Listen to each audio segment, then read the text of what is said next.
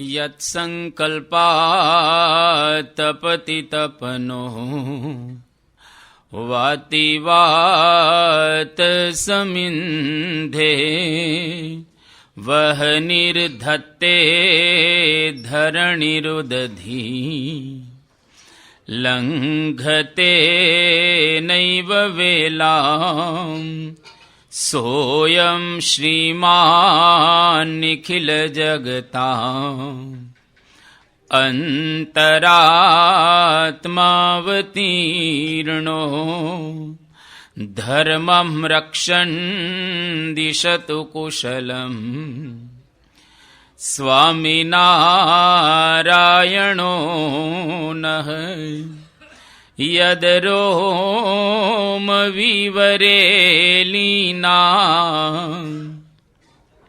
અંડાનામ કોટયઃ પૃથક તદક્ષરં ગુણાતીતં નમામ્યહમ.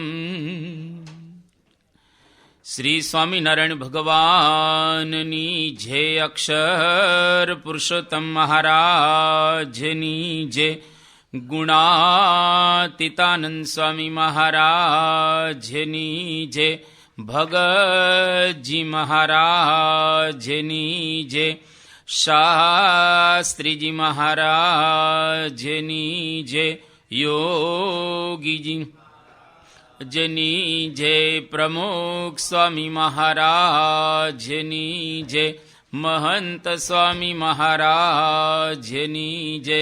પ્રમુખ સ્વામી મહારાજ શતાબ્દી મહોત્સવની જય.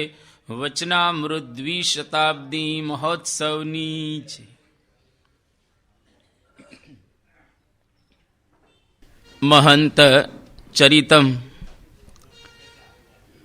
જેના દ્વારા આપણે પરમ પૂજ્ય સ્વામીશ્રીના જીવનના પ્રસંગોને આધારે આપણે આપણા જીવનની અંદર જે કંઈ કાર્ય કરી રહેલા છીએ એની અંદર ખૂબ સારી રીતે કાર્ય કરી શકીએ.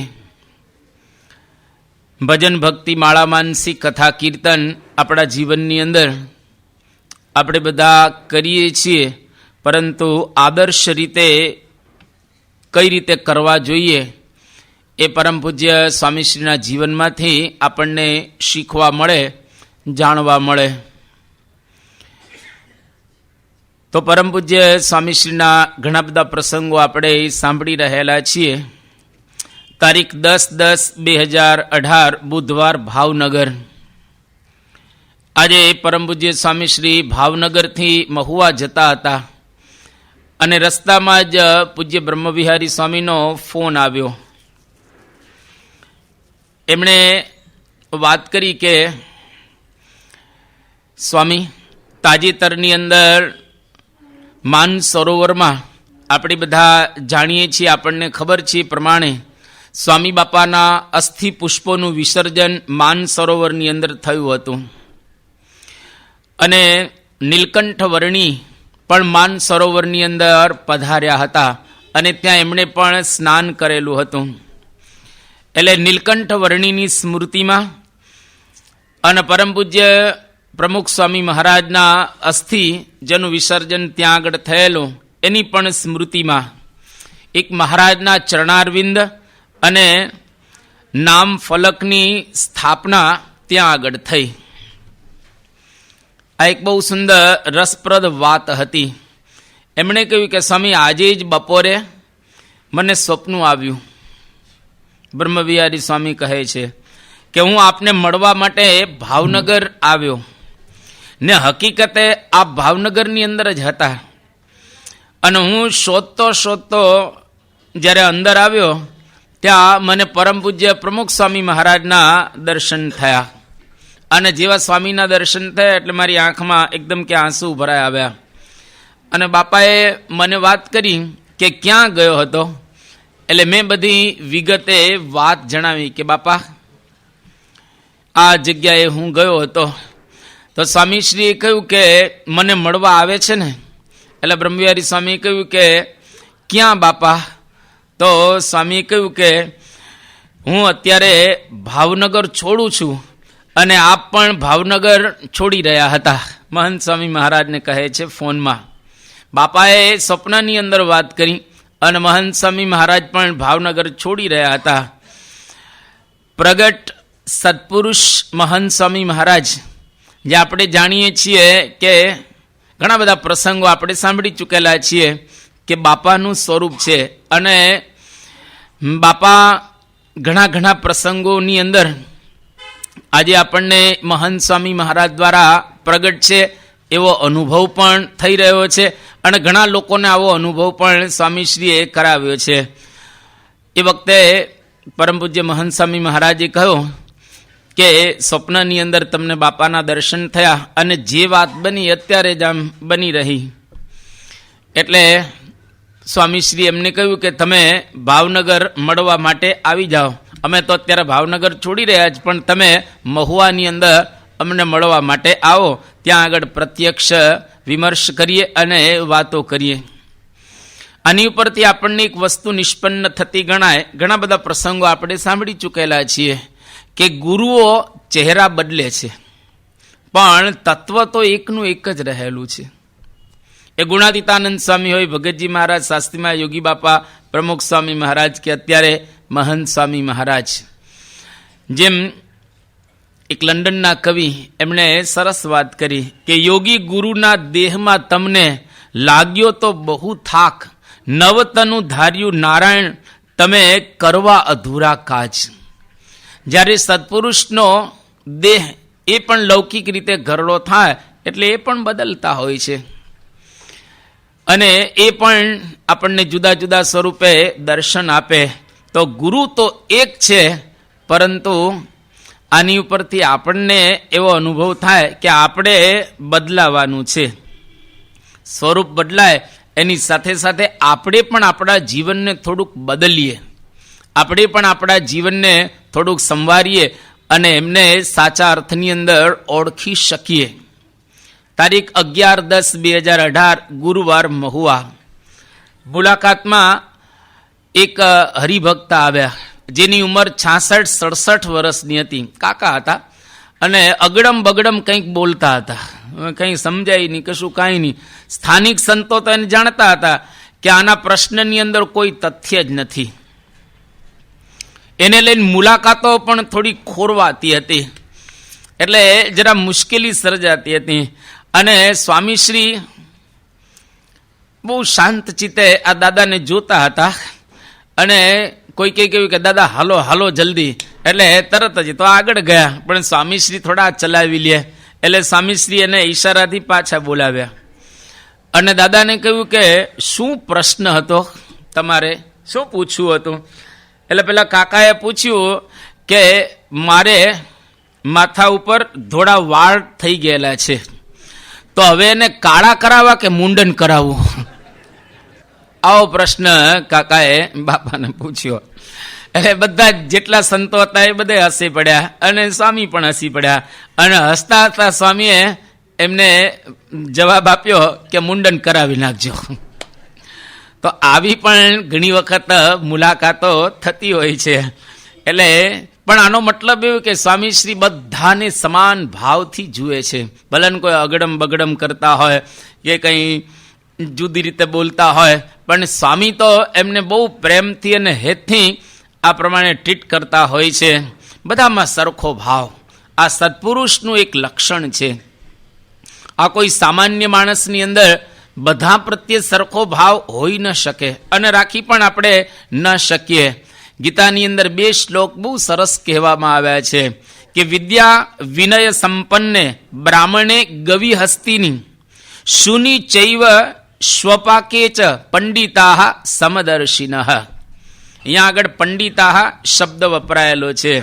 પંડિત એટલે જેને સંસ્કૃતનું નોલેજ હોય એને પંડિત કહેવામાં નથી આવતો, પણ પંડા યસ્ય અસ્તિ ઇતિ પંડિત, જેની પાસે શુદ્ધ અને નિર્મળ બુદ્ધિ હોય એને પંડિત કહેવાય. અને આવો શુદ્ધ અને નિર્મળ બુદ્ધિવાળો પુરુષ એ બધાને સમાન ભાવથી ન જોવે. એ વિદ્યા વિનય સંપન્ન બ્રાહ્મણ હોય ગવી એટલે ગાય હોય, કે હસ્તીની એટલે હાથી હોય, શુની એટલે કૂતરો હોય, અને શ્વપાક એટલે એકદમ ચાંડાળ વ્યક્તિ હોય, બધાને સમાન ભાવથી જુએ. એનું કારણ શું છે? તરત ગીતાની અંદર એનો જવાબ આપ્યો. આ 5મા અધ્યાયનો 18મો શ્લોક અને 6ઠા અધ્યાયના 29મા શ્લોકમાં એનો જવાબ આપે છે કે સર્વભૂત સ્થમ આત્માનમ સર્વભૂતાની ચાત્મની ઈક્ષતે યોગમ યોગયુક્તાત્મા સર્વત્ર સમદર્શન. જેને બધા પ્રત્યે સમાન ભાવ થઈ ગયો હોય એ સર્વભૂતસ્થમ આત્માનમ, જેટલા કાંઈ પ્રાણી માત્ર રહેલા છે એમાં પોતાને જુએ અને પોતાની અંદર બધા જ પ્રાણી માત્રોને એ નિહાળે કે આ બધા મારી અંદર રહેલા છે. આવી જેની દ્રષ્ટિ થાય એ વ્યક્તિને સમદર્શી કહેવાય. બીજા અર્થમાં કેવું હોય તો બધાની અંદર જેને ભગવાનના પ્રત્યક્ષ દર્શન થતા હોય, આત્માના દર્શન થતા હોય, એને સમદર્શી કહેવામાં આવે. આપણે શરીર જોઈએ, એનું જ્ઞાન જોઈએ, એની આવડત જોઈએ, એના સંબંધો જોઈએ, એની ભાષા જોઈએ, ઘણું બધું આપણે બહારથી જોતા હોઈએ છીએ, પરંતુ સત્પુરુષ આ બિલકુલ નિહાળતા નથી.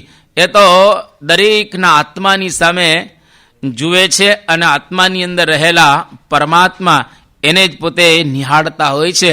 તો આજે પરમ પૂજ્ય સ્વામીશ્રી આ પ્રમાણે અગડમ બગડમ બોલતા એવા 66-67 વર્ષના કાકાને પણ બહુ હસતા હસતા પણ માર્મિક જવાબ આપી દીધો કે મુંડન કરજો. અને આ અવસ્થા કાળા વાળ કરવાની નથી સાવલિયા સાહેબ. હવે કાળા છોડી દો, હવે ધોળા કરી નાખો. તો સ્વાભાવિક રીતે અમુક ઉંમરે ધોળા વાળ શોભે અને અમુક ઉંમરે કાળા વાળ શોભે.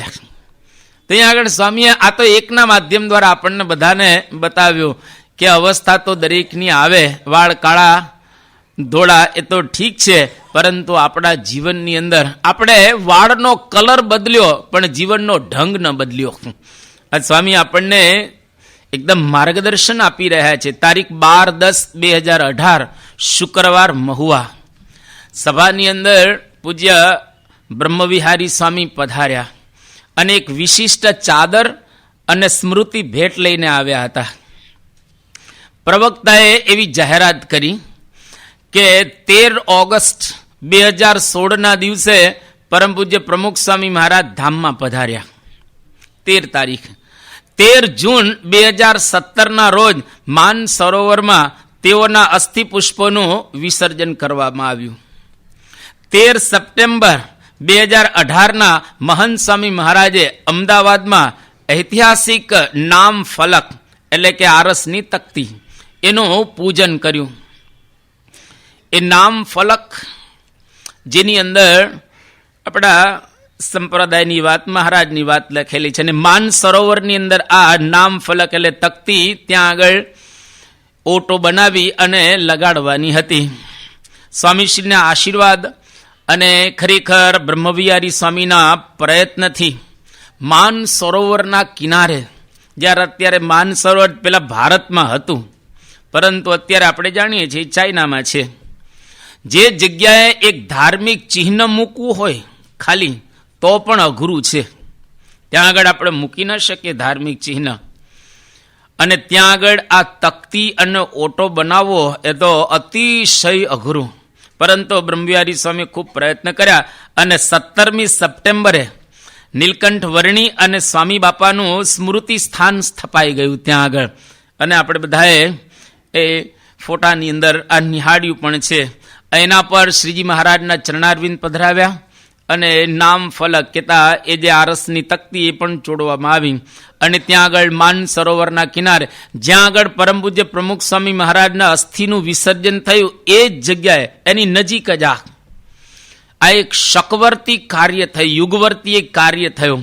અને ત્યાંના જે બૌદ્ધ ધર્મના સાધુઓ જેને લામા કહેવામાં આવે, એ લામાઓએ બધાએ પરમ પૂજ્ય સ્વામીશ્રીને માટે એક વિશિષ્ટ ચાદર મોકલી હતી. જે ચાદર વિવેક સાગર સ્વામીએ પરમ પૂજ્ય સ્વામીશ્રીને અર્પણ કરી પહેરાવી. અને ત્યાંથી પૂજ્ય બ્રહ્મવિહારી સ્વામી કૈલાસ પર્વતની એક પ્રતિકૃતિ પણ લાવ્યા હતા, જે આત્મ સ્વરૂપ સ્વામી અને બ્રહ્મવિહારી સ્વામીએ સ્વામીશ્રીના હસ્તમાં અર્પણ કરી. સ્વામીશ્રી કહે, 2 મોટા કાર્ય આ સદીની અંદર થયા. અને વિવેક સાગર સ્વામી પણ શાહેદી પુરાવીતા વાત કરી કે હા સ્વામી, 21મી સદીના 2 મોટા કાર્ય. કયા 2 મોટા કાર્ય? એક તો અબુધાબીની અંદર મંદિર આપણને બાંધવા માટે જગ્યા આપી એક, અને બીજું આ ચાઇનામાં નીલકંઠ વર્ણી અને સ્વામી બાપાનું સ્મૃતિ સ્થાન છે ત્યાં આગળ થયો. આ 21મી સદીના 2 મોટા કાર્ય. એમાં વિવેક સાગર સ્વામી કહે છે કે બ્રહ્મવિહારી સ્વામી નિમિત્ત બન્યા આ 2 કાર્યની અંદર. બ્રહ્મવિહારી સ્વામીએ તરત કહ્યું કે ના ના સ્વામી, આ તો પરમ પૂજ્ય સ્વામીશ્રીના આશીર્વાદથી થયું છે, આપણાથી કંઈ થઈ શકે એવું નથી, આપણા કાર્યથી અથવા આપણાથી આ બધું કંઈ શક્ય જ નથી, બાપાના આશીર્વાદ જેને લઈને જ આ શક્ય બન્યું. બાકી ચાઇનાની અંદર કેતા માનસરોવરને કિનારે ત્યાં આગળ આ ઓટો થાય અને આપણું સ્થાન થાય એ નેક્સ્ટ ટુ ઇમ્પોસિબલ ગણાય, અશક્ય જેવું છે. પરંતુ બાપાએ આશીર્વાદ આપ્યા હતા, સ્વામીશ્રીએ આશીર્વાદ આપ્યા હતા, એને લઈને આ બધું થયું. એટલે ભગવાન અને મોટા પુરુષના સંકલ્પે અશક્ય હોય ને એ પણ શક્ય થઈ જાય. એક વખત શ્રીહરિ ગઢડાની અંદર વિરાજમાન છે અને બધા સંતોને બોલાવ્યા, દેશ વિદેશથી બધાને, અને એકાંતનું સુખ મહારાજને બધા સંતોને આપવાનું હતું. એટલે બધા સંતો આવી ગયા પોતપોતાના સ્થાનમાંથી, અને મુક્તાનંદ સ્વામી પણ ત્યાં હતા. એટલે મુક્તાનંદ સ્વામી મહારાજને પૂછ્યું કે મહારાજ, આપને રાજી કરવા કયા સાધન કરવા? તમે રાજી થાવ અમારી ઉપર તો અમારે કયા સાધન કરવા?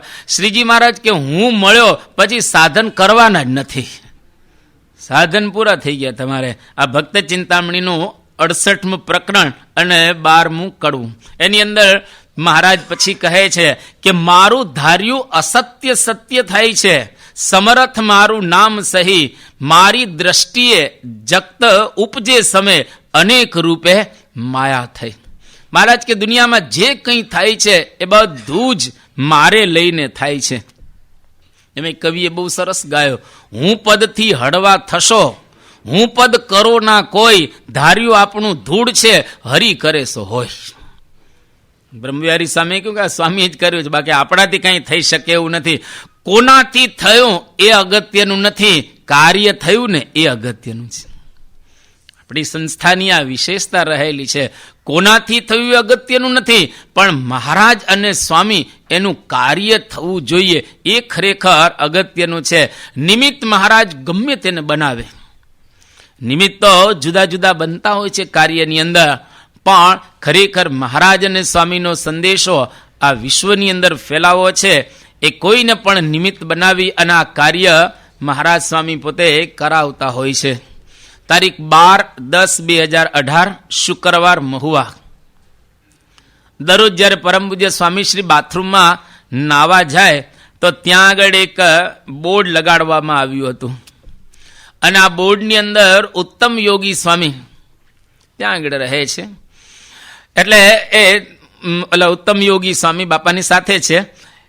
તો દરરોજ એક નવું વાક્ય છે ને બાથરૂમની અંદર બ્લેકબોર્ડમાં કે વ્હાઇટ બોર્ડની અંદર લખે, અને એ પરમ પૂજ્ય સ્વામીશ્રી બહુ સારી રીતે વાંચે. પછી જે કાંઈ સૂચનો કરવા હોય, બીજું ત્રીજું, અથવા તો એની પર કંઈક વાક્ય બોલવું હોય તો સ્વામીશ્રી બોલે. આ દરરોજનો લગભગ ક્રમ.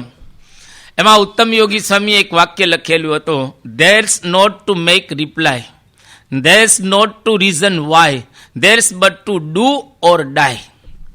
આ લોર્ડ ટેનિસનનું વાક્ય રહેલું છે. સ્વામીશ્રી આ વાંચ્યું ને તરત બોલ્યા કે ટુ ડુ ઓર ડાય એ ઓર ન હોવું જોઈએ, એન્ડ હોવું જોઈએ.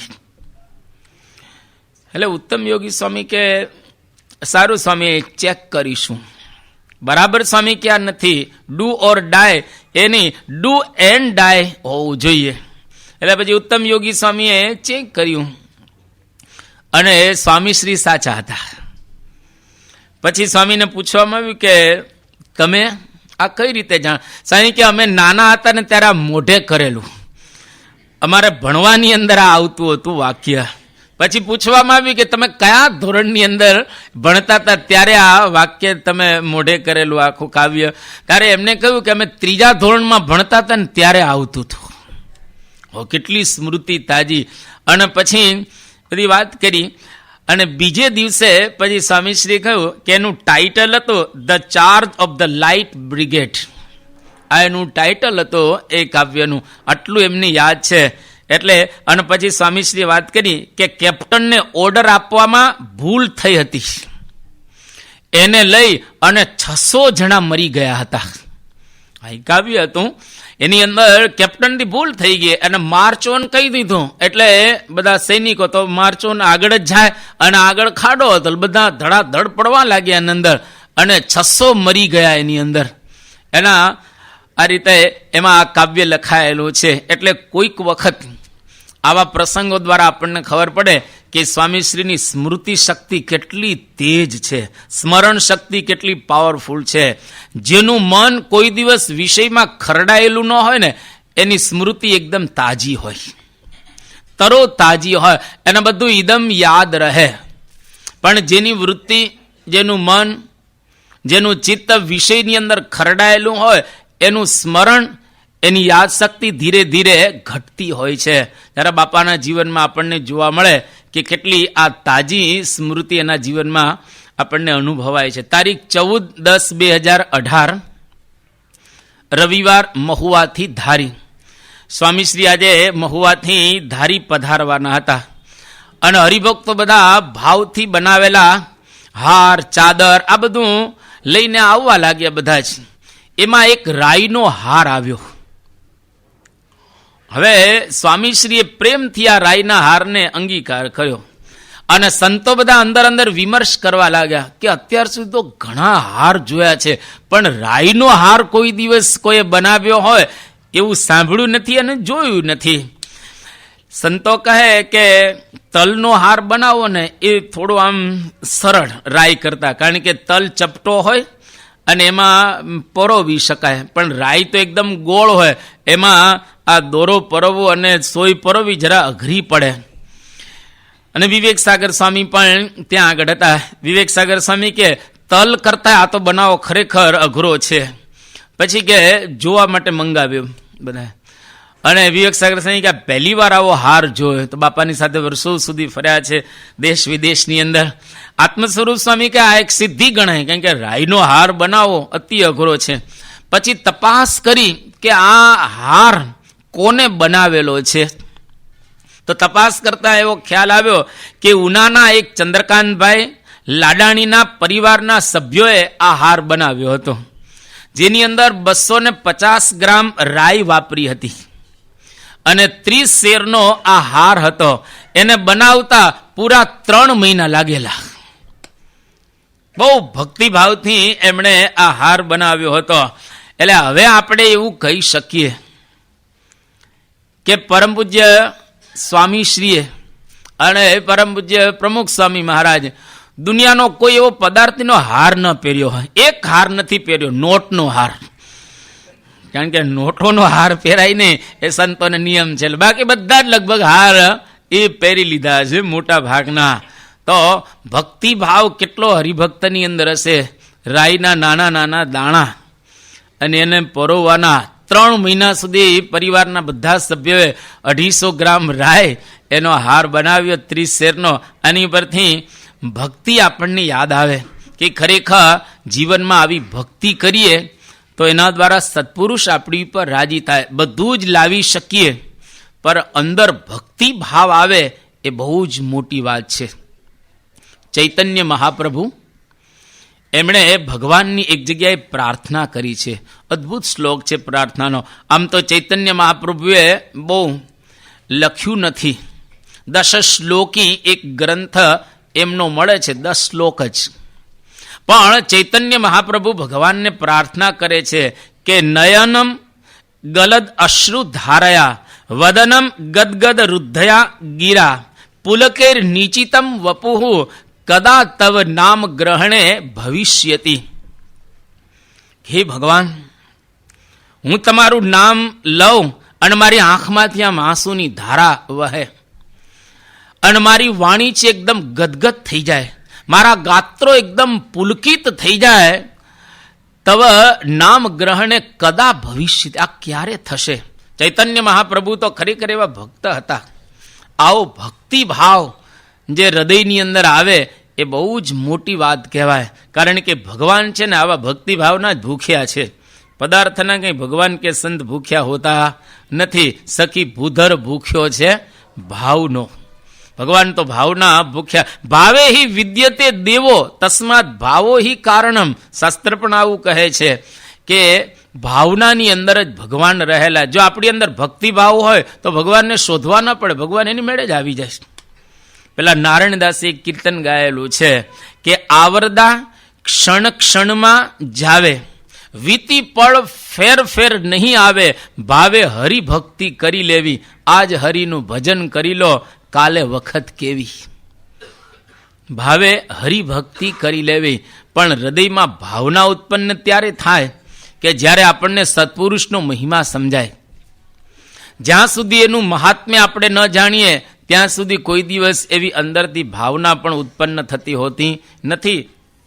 એટલા માટે ભાવના જગાડવા સત્પુરુષનો વિશેષ આપણે મહિમા સમજવો જોઈએ. તારીખ 14/10/2018 રવિવાર ધારી. ભાગવતના પંચમ સ્કંદના આખ્યાનની અંદર એક ભરતજીનું આખ્યાન છે. આ ભરતજીના આખ્યાનના સંદર્ભમાં વાતો બધી ચાલતી હતી સ્વામીશ્રીની પાસે.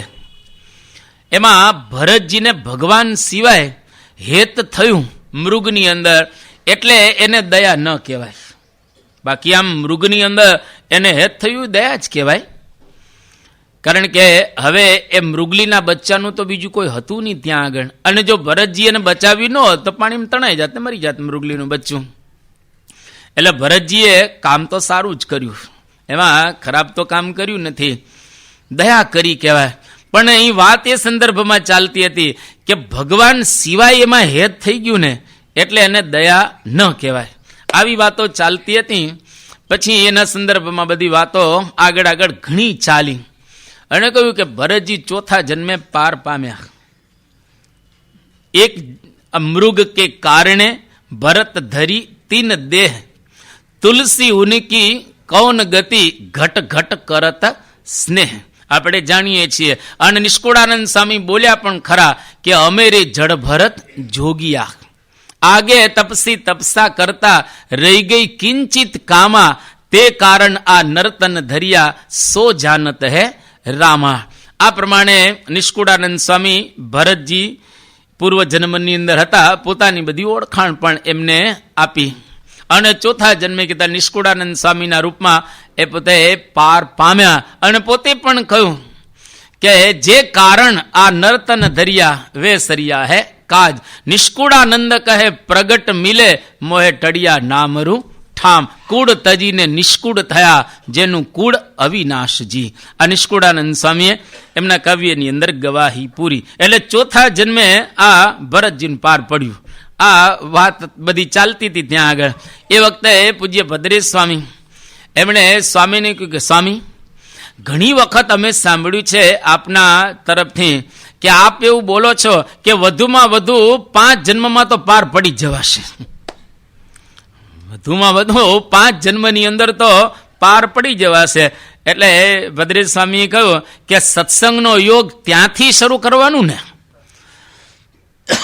5 જન્મ શરૂ ક્યારથી કરવાના?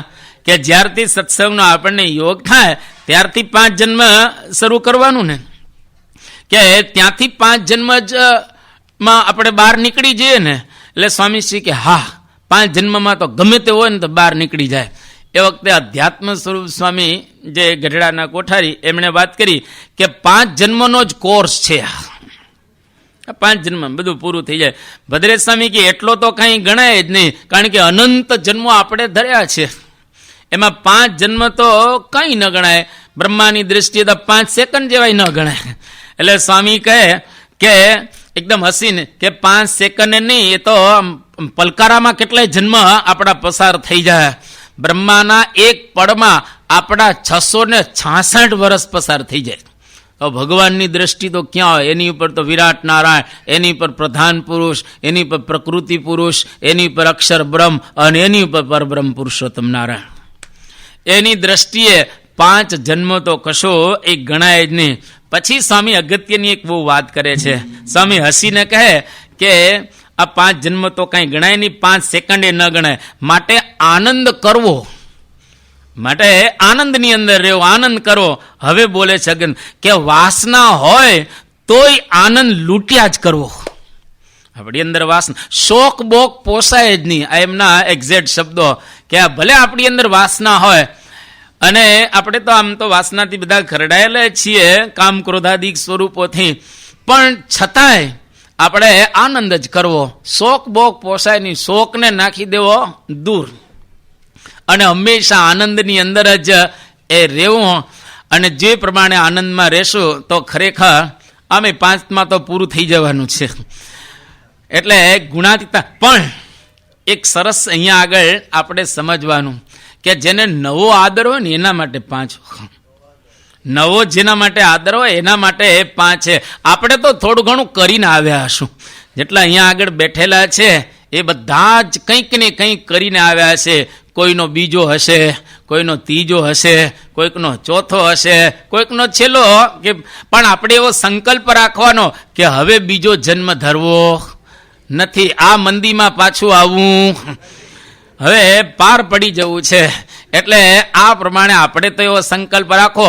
પણ સત્પુરુષ તો આપણે ગમે તેમ કરી અને લઈ જવાના છે. તો કલ્યાણ કે મોક્ષ કે મુક્તિ કરવા માટે જ આવ્યા. એટલું તો નક્કી કે જેને સ્વામિનારાયણ ભગવાનની કંઠી પહેરી એ અક્ષરધામનો અધિકારી થઈ ગયો. બસ જેને આશરો કર્યો મહારાજ અને સ્વામીનો એનું ચોક્કસ કલ્યાણ થઈ ગયું. એ પરમ પદને પ્રાપ્ત કરી ચૂકેલું છે. અને મહારાજે આ વાત વચનામૃતમાં કરેલી છે. પ્રથમનું 58મું વચનામૃત. મહારાજ શું કહે? પરમ પદ તે શું? જે પ્રત્યક્ષ ભગવાનની પ્રાપ્તિ તે જ પરમ પદ છે. 58માં મહારાજ એકદમ સ્પષ્ટ કહે છે. ગુણાતીતાનંદ સ્વામીની વાત, પહેલા પ્રકરણની 193મી વાત, જેમાં ગુણાતીતાનંદ સ્વામી એવું કહે છે, આપણું કલ્યાણ તો પ્રત્યક્ષ ભગવાનને આશ્રય કરીને છે. આપણને બધાને આશરો છે. બીજી એક વાતમાં ગુણાતીતાનંદ સ્વામી એવું બોલે છે, 5મા પ્રકરણની 24મી વાત, કે પ્રગટ ભગવાનનો સંબંધ થયાથી ને નિર્દોષ સમજ્યાથી મોક્ષ થઈ રહ્યો છે. યોગીજી મહારાજ પણ બોલતા યોગી વાણીની અંદર લખાયેલું છે કે પ્રગટ ગુરુમાં પ્રતીતિ એ જ મોક્ષ. તો આજે આપણને પ્રગટ સત્પુરુષ મહંત સ્વામી મહારાજ મળ્યા છે એટલે મોક્ષ થઈ જ ગયો છે. એટલે મોક્ષની હવે કોઈ ચિંતા કરો. પણ એટલું ધ્યાન રાખવાનું કે આડા અવડા કુસંગની અંદર જતું નહીં રહેવાનું. બસ જો આડા અવડા કુસંગની અંદર આપણે જતા રહેશું તો જે વસ્તુ પ્રાપ્ત થયેલી છે એ વસ્તુ આપણે ગુમાવી બેસીશું. એનું આપણે ધ્યાન રાખવું. તારીખ 17/10/2018 બુધવાર ધારી સભામાં જતા પહેલા એક હરિભક્તને મળ્યા. હવે એને કંઈક ખોટું લાગી ગયું હતું અને એવો વેગ ચડી ગયો હતો કે હવે મારે સત્સંગ આવવું જ નથી, મારે સત્સંગ છોડી દેવો છે, અરે મારે મોક્ષે જોઈતો નથી. આવો એને વેગ લાગી ગયો હતો. અને એ હરિભક્તને સ્વામી આમ સભામાં જતા હતા તો વચ્ચે ઊભા રાખ્યા. જેવા સ્વામીશ્રીના દર્શન થયા એનો ઉભરો છે ને શાંત થઈ ગયો એકદમ. અને સ્વામીને હાથ જોડી અને પછી પોતે એકદમ ગદગદ થઈ ગયા. અને સ્વામી પ્રેમથી એને સમજાવતા કહે છે કે જો મોક્ષ તો અહીંયા આગળ જ છે. બહુ સ્પષ્ટ કહે કે મોક્ષ તો અહીં જ છે, બીજે ક્યાંય છે જ નહીં. આ એક્ઝેક્ટ એમના શબ્દો છે. બધું ભૂલી જાઓ, મહારાજના વખતથી આ બધું થતું આવ્યું છે.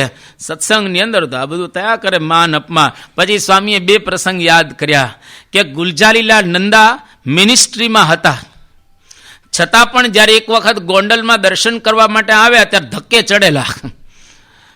બાપભાઈ જસભાઈ પટેલ મુખ્યમંત્રી એમના નામનું એનાઉન્સમેન્ટ થતું હતું અને એ વખતે એક સ્વયંસેવક અજાણતા એને રોકી અને પાસ માગતા હતા.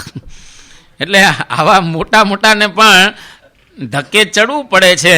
એટલે એમાં ચિંતા નહીં કરવાની, કોઈ કદાચ આવવા દે ન આવવાથી વ્યવસ્થા પ્રમાણે આપણે બધું સાચવવું. પણ મોક્ષ કે કલ્યાણ તો અહીંયા આગળ છે. પેલા હરિભક્ત એકદમ સંપૂર્ણ ઓગળી ગયા, પૂર્ણ સંતોષ એને એ થઈ ગયો. પણ સ્વામીશ્રી આપણને બે વાત અહીંયા આગળ જણાવી. એક વાત એ જણાવી કે કલ્યાણ કે મોક્ષ અહીંયા આગળ છે, બીજે ક્યાંય નથી. આવી સ્પષ્ટ એમને વાત કરી. જો પ્રતીતિ આવે તો ખરેખર આપણે લાભ લઈ શકીએ, પણ પ્રતીતિ ન આવે તો ખરેખર ચૂકી જતા હોઈએ છીએ.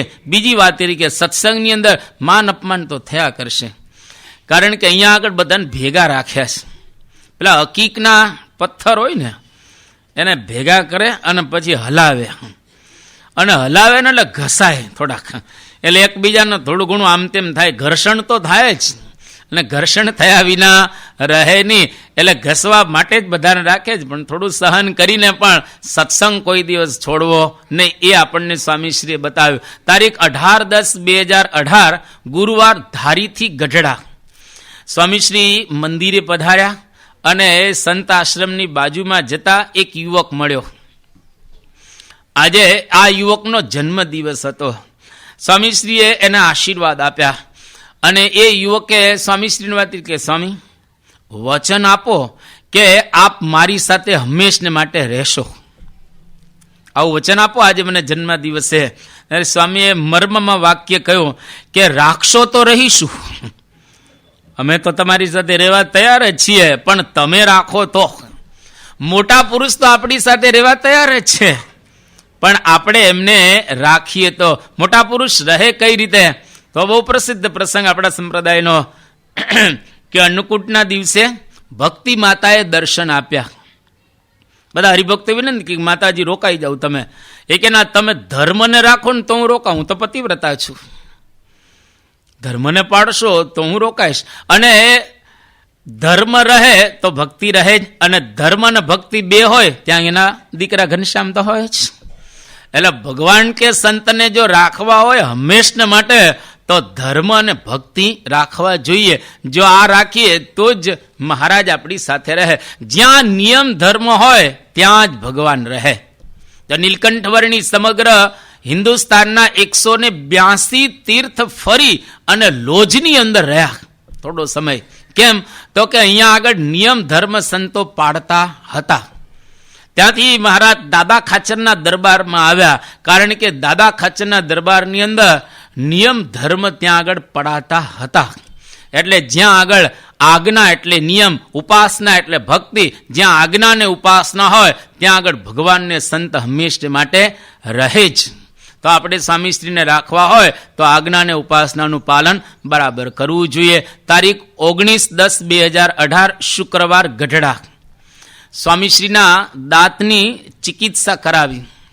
રાત્રિના 10:30 વાગી ગયા. એ વખતે સ્વામીશ્રીને હજુ સ્નાન કરવાનું પણ બાકી હતું અને ચેષ્ટા પણ બોલવાની બાકી હતી. એટલે શ્રુતિપ્રિય સ્વામી, સ્વામીશ્રીના સેવક, એમણે વિનંતી કરી કે સ્વામી આજે તમારે અમારી એક વિનંતી સ્વીકારવી પડશે. સ્વામીશ્રીએ કહ્યું કે કઈ વિનંતી છે? એ કે સ્વામી આજે આપ સ્નાન કરતા કરતા ચેષ્ટા બોલી લો. સ્નાને ચાલે અને ચેષ્ટા પણ સંભળાય, એટલે સ્નાન કરતા કરતા ચેષ્ટા બોલી લો. અત્યારે રાતના 10:30 વાગ્યાનો સમય થયો છે. આપ સ્નાન કરીને પાછા પધારશો એટલે 11:15 વાગી જશે, અને પછી ચેષ્ટા બોલશો એટલે 12 વાગશે પોટતા પોટતા. સ્વામી કે અમથાય દરરોજ 12 તો વાગે જ છે ને, અમથાય દરરોજ 12 વાગે છે. સ્વામીએ અરુચિ બતાવી કે ના, સ્નાન કરતા કરતા ચેષ્ટા નથી બોલવી, ચેષ્ટાનો સમય જુદો, શાંતિથી ચેષ્ટા બોલવી છે. અને પછી સ્નાન કરી આવ્યા, શાંતિથી ચેષ્ટા બોલ્યા. બરાબર રાત્રિના 11:48 સમય થયો. ત્યાર પછી સ્વામીશ્રી આરામની અંદર ગયા. દર્શન, દંડવત, પૂજા, આરતી, અષ્ટક, ચેષ્ટા આ બધા જ આહનિક છે. પરમ પૂજ્ય સ્વામીશ્રીના જીવનની અંદર આ બધા આહનિકો એકદમ દ્રઢ છે, અને એમાં મન જોડીને આહનિક કરે છે. ખાલી પતાવી દેવું એવું નહીં, આપણે ઘણી વાર પતે ચેષ્ટા થઈ ગઈ ને થઈ ગઈ કે ચેષ્ટા જવા દો, પૂરું થઈ ગયું, એક કામ પૂરું થયું. આરતી તો આરતી થઈ ગઈ ને એક કામ પૂરું થઈ ગયું. જાણે આ બધા કામ હોય ને એવી રીતે આપણે બધો પરવારતા હોય છે. સ્વામીશ્રી એટલે ભક્તિ સમજે છે. નિયમ છે એટલે કરવું પડશે એમ નહીં, પરંતુ અતિ ભક્તિએ કરીને જ આ બધું કરતા હોય છે. આહાનિક જીવન છે, આહાનિક પ્રાણ છે, આહાનિક શ્વાસ છે, આહાનિક હૃદયનો ધબકાર રહેલા છે. જો આવું સમજીએ તો ખરેખર સારી રીતે આપણે આહાનિક કરી શકીએ.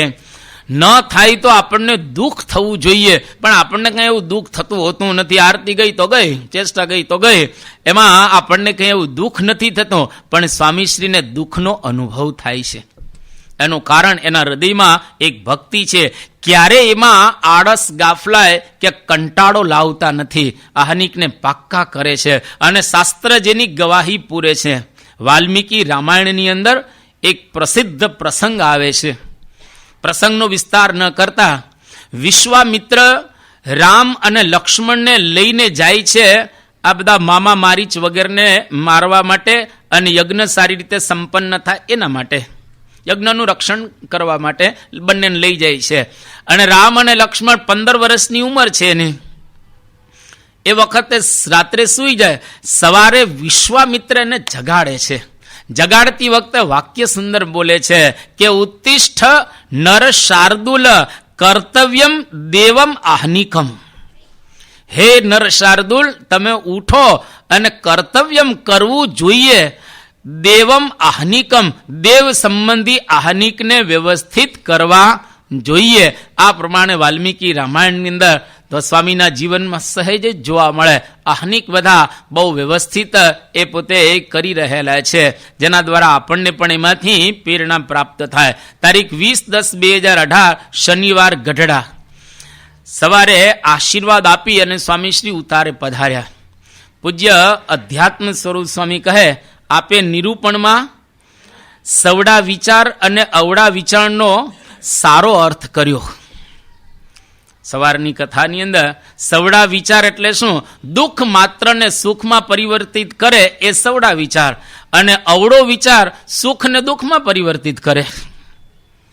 આવી વ્યાખ્યા એમને કે આજે તમે સવડા વિચાર ને અવળા વિચારની સારી વ્યાખ્યા. સ્વામીશ્રી કહે, આપણે અવગુણના ભંડાર છીએ અને બીજાના અવગુણ જોયા રાખીએ. ખુદની અંદર કેટલાય અવગુણો ભરેલા છે, પરંતુ છતાં આપણે બીજાના અવગુણ આખો દિવસ જોતા હોઈએ છીએ. પોતાના અવગુણ લેવા અને બીજાના અવગુણ છે એને કોઈ દિવસ જોવાની. જો આટલું જ આપણે કરીએ તો સ્વામીશ્રી શું કહે છે કે બ્રહ્મરૂપ થઈ ગયો, એકાંતિક થઈ ગયેલો. બ્રહ્મરૂપ થવાનો કેટલો સરળ માર્ગ આપણા માટે એમણે એમ બતાવ્યો કે કોઈના અવગુણ જોવા જ નહીં. આપણે કોઈકના અવગુણ જોઈએ એનો મતલબ એવો થયો કે આપણે આપણામાંથી બહાર નીકળી ગયા. આપણે આપણામાંથી બહાર નીકળી ગયા. આપણે આપણું નથી જોતા, બીજાનું આપણે જોતા થઈ ગયા. જેમ નિષ્કુળાનંદ કાવ્યની અંદર એક વાત કરવામાં આવી છે કે જેમ નટ ચડે વળી વાંસડે, જોવા મળે સઘળું ગામ, પણ નટ ન જુએ કોઈને, જો જુએ તો બગડે કામ. તેમ ભક્તિ કરતા ભક્તને નવ જોવા, દોષ અદોષ, ગુણ અવગુણ કેના ગોતતા, અતિ થાય અફસોસ. બીજાના અવગુણ અને ગુણને આપણે જોઈએ એના કરતાં આપણા જ અવગુણની સામે આપણે જોઈએ તો શું વાંધો છે? તો આગળ વધી શકીએ. મુક્તાનંદ કાવ્યની અંદર મુક્તાનંદ સ્વામી એવું કહે છે, મુક્ત કહે મતિ મંદ નર, સંત કે ઓગુણ ગાત, જ્યું બગુલા ગંગા ગયો તદપી માછલી ખાત. હવે મુક્તાનંદ સ્વામી કહે છે કે નર છે એ બીજાના અવગુણ જોયા કરે, અને જે બીજાના અવગુણ જોવે મતિ મંદ, એની બુદ્ધિ ઓછી છે. બગલો ગંગાના કિનારે જાય પણ કરે શું? માછલા ખાય. માછલા ખાવા ગંગાના કિનારે જવાનું હોય. ગંગાના કિનારે તો પવિત્ર થવાનું હોય, ત્યાં પણ માછલા એ બગલો ખાતો હોય તો ઘણા માણસો બીજાનું જોયા રાખે. એટલે એ શાસ્ત્રકારો આપણને કહે છે, સહાનિમ લભતે મંદો યસ તુંગમ પરિનિંદતી, ધૂલિમ ક્ષિપતિ યો ભાનુમ તસ્યાસ્તિ મલિનમ મુખમ. એટલે કે એને મહાન હાનિ થાય છે, મંદ ભાગી છે. યસ તુંગમ પરિનિંદતી, બીજા જે મોટા હોય એના કરતાં એની પણ એ નિંદા કરે, એના અવગુણ જોવે, એને ખરેખર હાનિ થાય. જેવી રીતે આપણે સૂરજની સામે રજ નાખીએ તો ઉલટી આવી પડે આંખે, આપણી ઉપર જ એ રજ પડે. એટલે બીજાના કોઈ દિવસ અવગુણ જોવાની, કોઈકના અવગુણને જોવાથી એ માણસ તો સુધરતો નથી. આપણે ધારો કે કોઈકના અવગુણ જોઈએ તો એ તો કંઈ સુધરવાનું નથી આપણે, પણ આપણે બગડી જશું એટલું તો નક્કી છે. જો આપણે કોઈકના અવગુણ નહીં જોઈએ તો એનું તો જે થવું હોય તે થાય, પણ આપણે સુધરી જશું.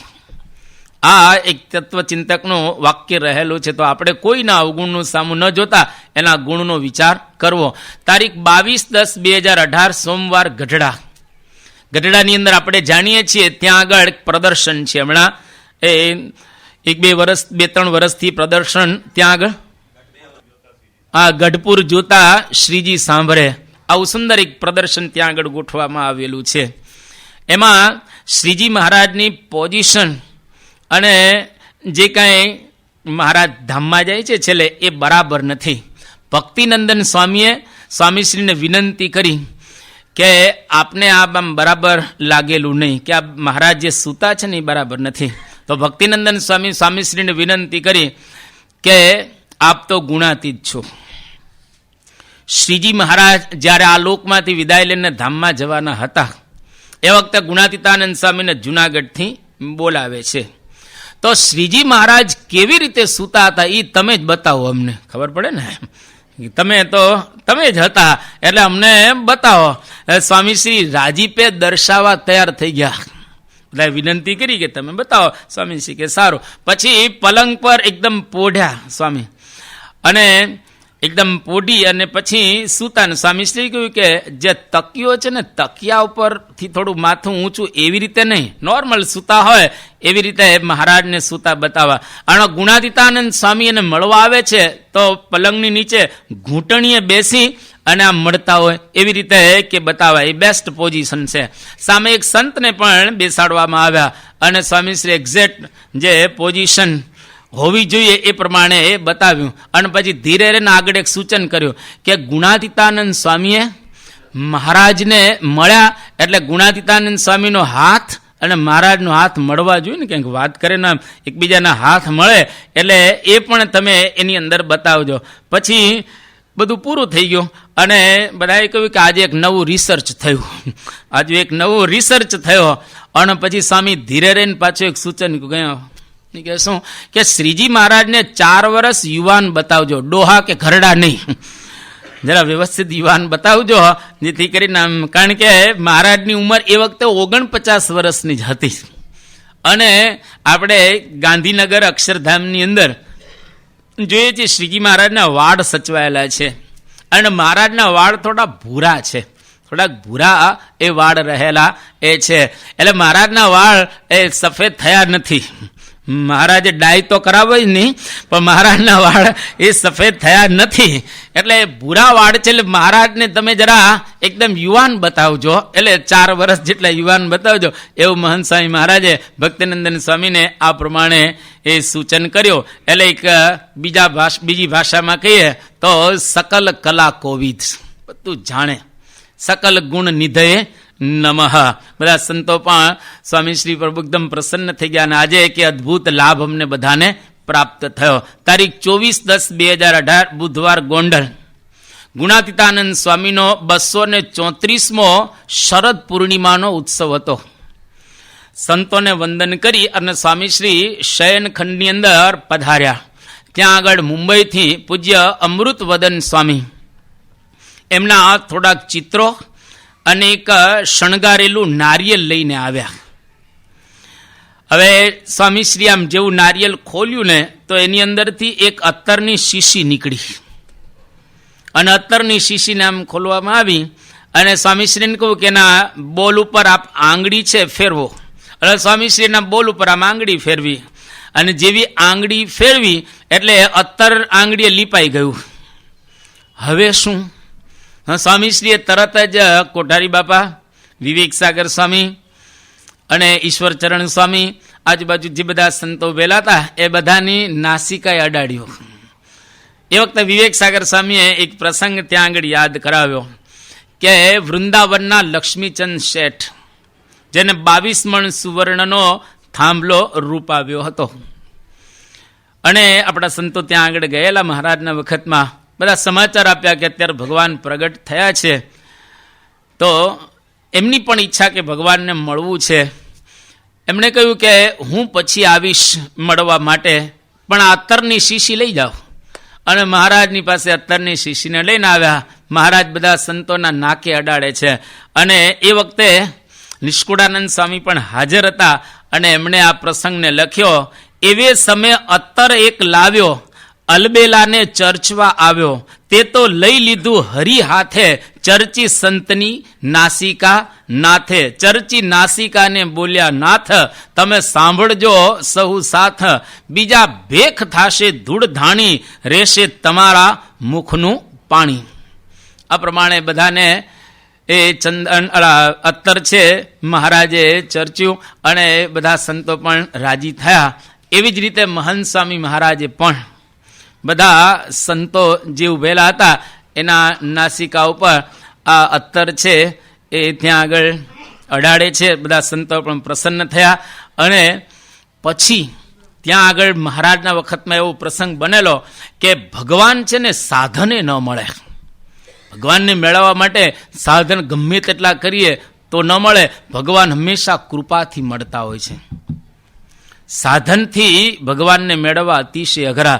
સર્વોપરી ભગવાન સાધને કોઈ દિવસ પ્રાપ્ત ન થાય, પરંતુ સંસ્કારે પ્રાપ્ત થતા હોય છે, કૃપાએ પ્રાપ્ત થાય. મધ્યના 9મા વચનામૃતમાં વાત કરવામાં આવી કે આ સમય જેને સત્સંગમાં પ્રતીતિ આવી છે તેના પુણ્યનો કોઈ પાર આવે એમ નથી.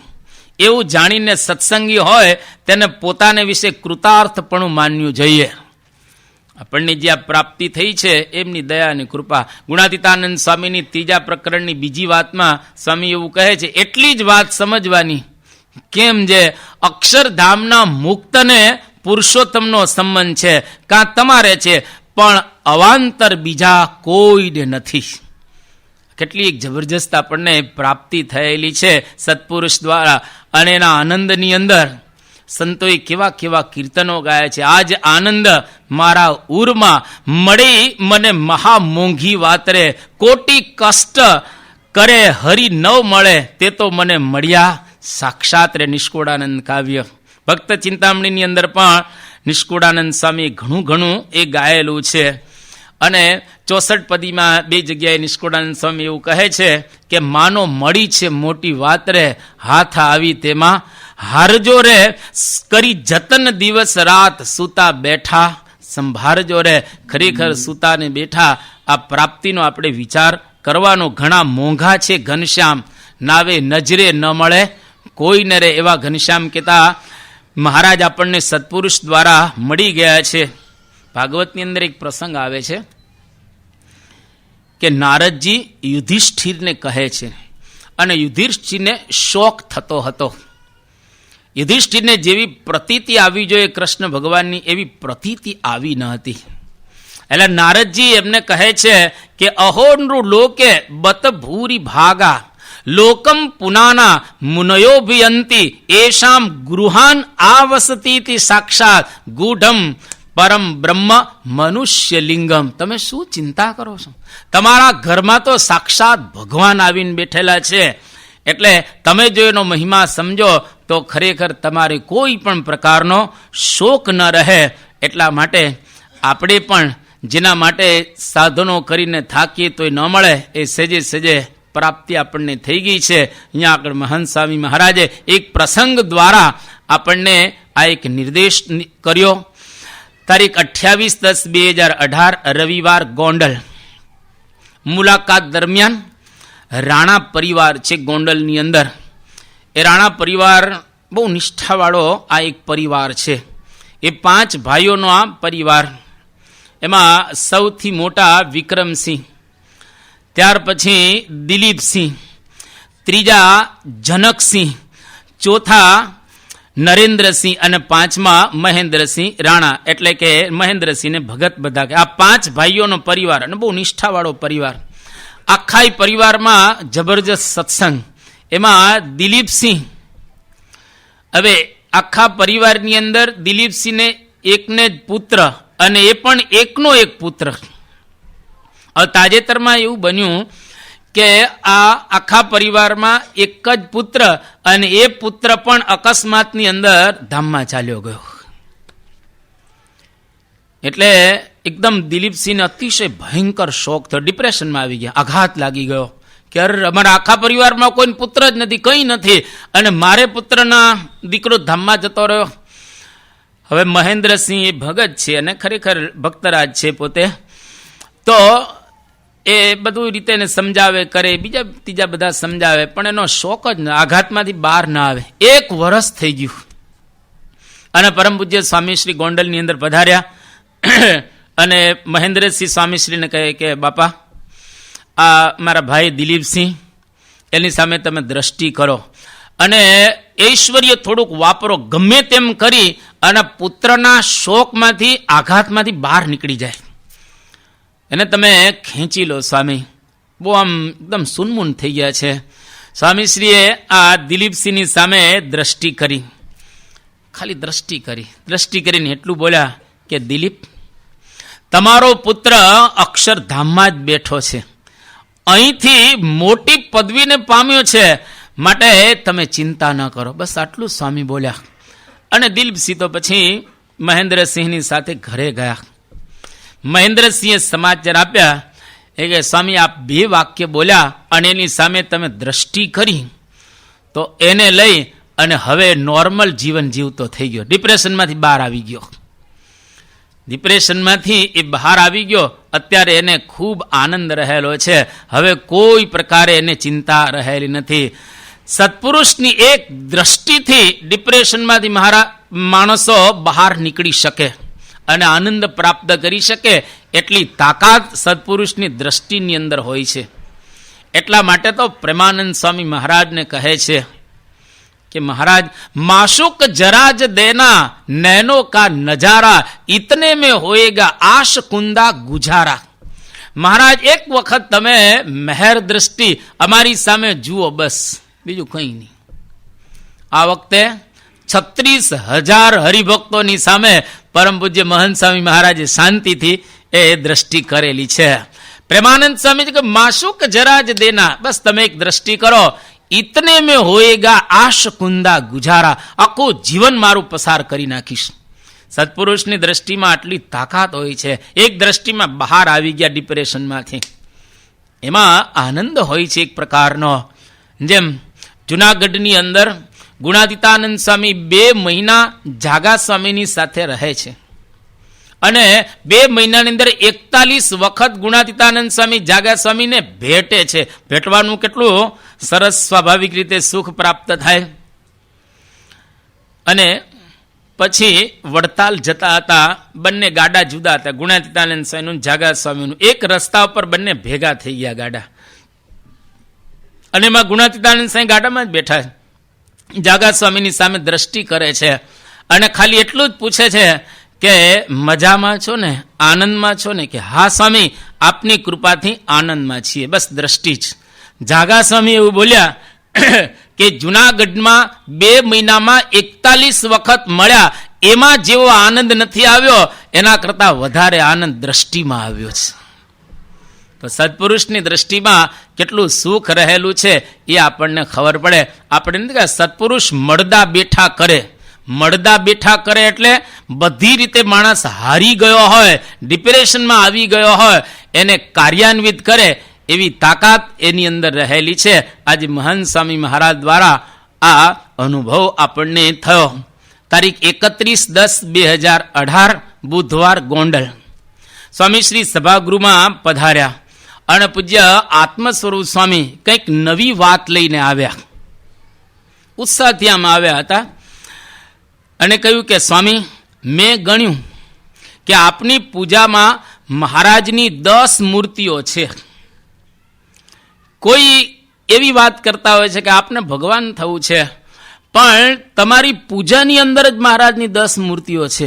મેં ગણી કેટલી તમારામાં ભક્તિ છે કે આજે બહુ શાંતિથી આપ માળા કરો, સરસ રીતે એકદમ ભગવાનની અંદર આમ લીન થઈ ગયા હોય એવો અમને બધાને અનુભવ થાય છે.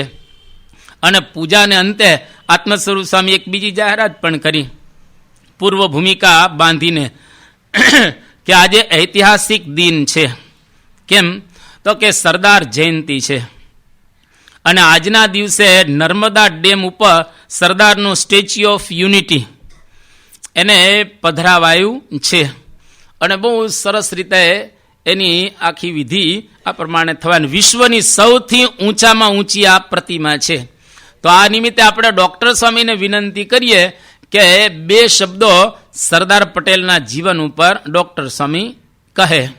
અને ડૉક્ટર સ્વામીને માઇક આપવામાં આવ્યો. ડૉક્ટર સ્વામી જે પોતાની લાક્ષણિક શૈલીમાં સરદાર વલ્લભભાઈ પટેલના જે કંઈ ગુણો છે બધા એમને કહ્યા કે સરદાર અને શાસ્ત્રીજી મહારાજનો સંબંધ.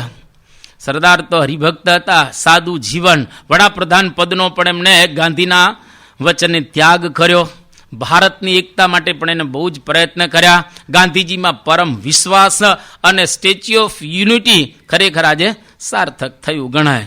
આ પ્રમાણે ડૉક્ટર સ્વામી બધી વાતો કરી. પણ ત્યાં આગળ સ્વામીશ્રીએ બધાને જે આશીર્વાદ આપ્યા એમાં 2 વાત સુંદર કરી કે સરદાર જેવું જીવન છે ને જીવવું જોઈએ, સાદું જીવન. બીજી ભાષામાં કે simple living and high thinking, સાદું જીવન. અને એની જે નિષ્ઠા દેશ પ્રત્યેની, એમ આપણે સંપ્રદાય પ્રત્યેની નિષ્ઠા બરાબર પાકી રાખવી. અહીંયા આગળ આજના પ્રસંગ દ્વારા 2 વસ્તુ આપણને નિષ્પન્ન થતી દેખાય કે આદર્શ ભક્ત સ્વામીશ્રી છે. કોઈ કહે ભગવાન થવું છે, ભગવાન પણ ભગવાન થતા નથી. એ કેટલી પોતાની પૂજામાં 10 મહારાજની મૂર્તિઓ એ પોતે રાખે છે. બાકી તો ખરેખર સંતને ભગવાનનું સ્વરૂપ કહેલા છે. સંત તે સ્વયં હરિ. નિષ્કુળાનંદ સ્વામી બોલે ભક્ત ચિંતામણીની અંદર, સંત માનજો મારી મૂર્તિ રે, આવું પણ કહેલું છે. સંત સાહબ કછું અંતર નાહી. અરે ભાગવત પણ સાક્ષી પૂરે છે, નોધવણ વપી મન્યુન. ભગવાન કૃષ્ણ કહે છે કે ઉદ્ધવ તું મારા કરતા અણુ માત્ર ન્યૂન નથી. સંત હરિ ગુરુ એક હૈ, ભિન્ન ન માનો કોઈ. કહે પ્રીતમ સદગુરુ મિલે, તાકુ માલુમ હોય. આ પ્રીતમ પણ કહે છે એવા સંત મળ્યા સ્વામી, ખામી કોઈએ ન રહી. કહે નિષ્કુળાનંદ શીશ નામી, સાચી સહુને કહે. તો સંત દ્વારા ખરેખર ભગવાન વિચરણ કરતા હોય છે. સ્વામી ખરેખર ભગવાન સિવાય એમાં કશું જ રહ્યું નથી. પોતે ભગવાન નથી પણ એની અંદર ભગવાન સિવાય કંઈ નથી. આવું જો ખરેખર આપણે સમજીએ તો આપણા ગુરુને આપણે સારી રીતે ઓળખ્યા ગણાય. આદર્શ ભક્ત છે. આદર્શ ભક્તમાં ભગવાન હંમેશા માટે રહ્યા હોય છે. અહીંયા આગળ 2018ની સાલ ઓક્ટોબર સુધીના પ્રસંગો આપણે સાંભળ્યા. આ મહંત ચરિતમમાં 37મું પ્રવચન પૂરું થયું. હવે 8-9 મહિના પછી પુનઃ આગળ જેમ પ્રસંગો આવશે સ્વામીશ્રીના એના આપણે પ્રસંગો દ્વારા આપણા જીવનને આપણે સંવારીશું અને એમના પ્રસંગો દ્વારા આપણે આપણા જીવનને સમજવાનો પ્રયત્ન પણ કરીશું.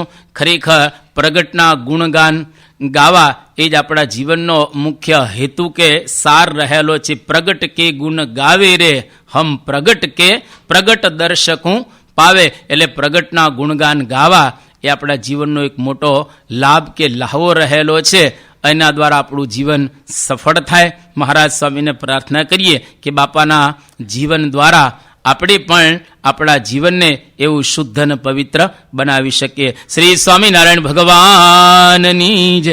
ગુણાતીતમ ગુરુમ પ્રાપ્ય બ્રહ્મરૂપમ નિજાત્મનઃ વિભાવ્ય દાસ ભાવેન સ્વામિનારાયણં ભજે શ્રીહરિમ સાક્ષરમ સર્વદેવેશ્વરમ ભક્તિધર્માત્મજમ રૂપમ પરમ શાંતિદમ મુક્તિદમ કામદમ કારણમ સ્વામિનારાયણમ નીલકંઠમ ભજે શ્રીહરિમ.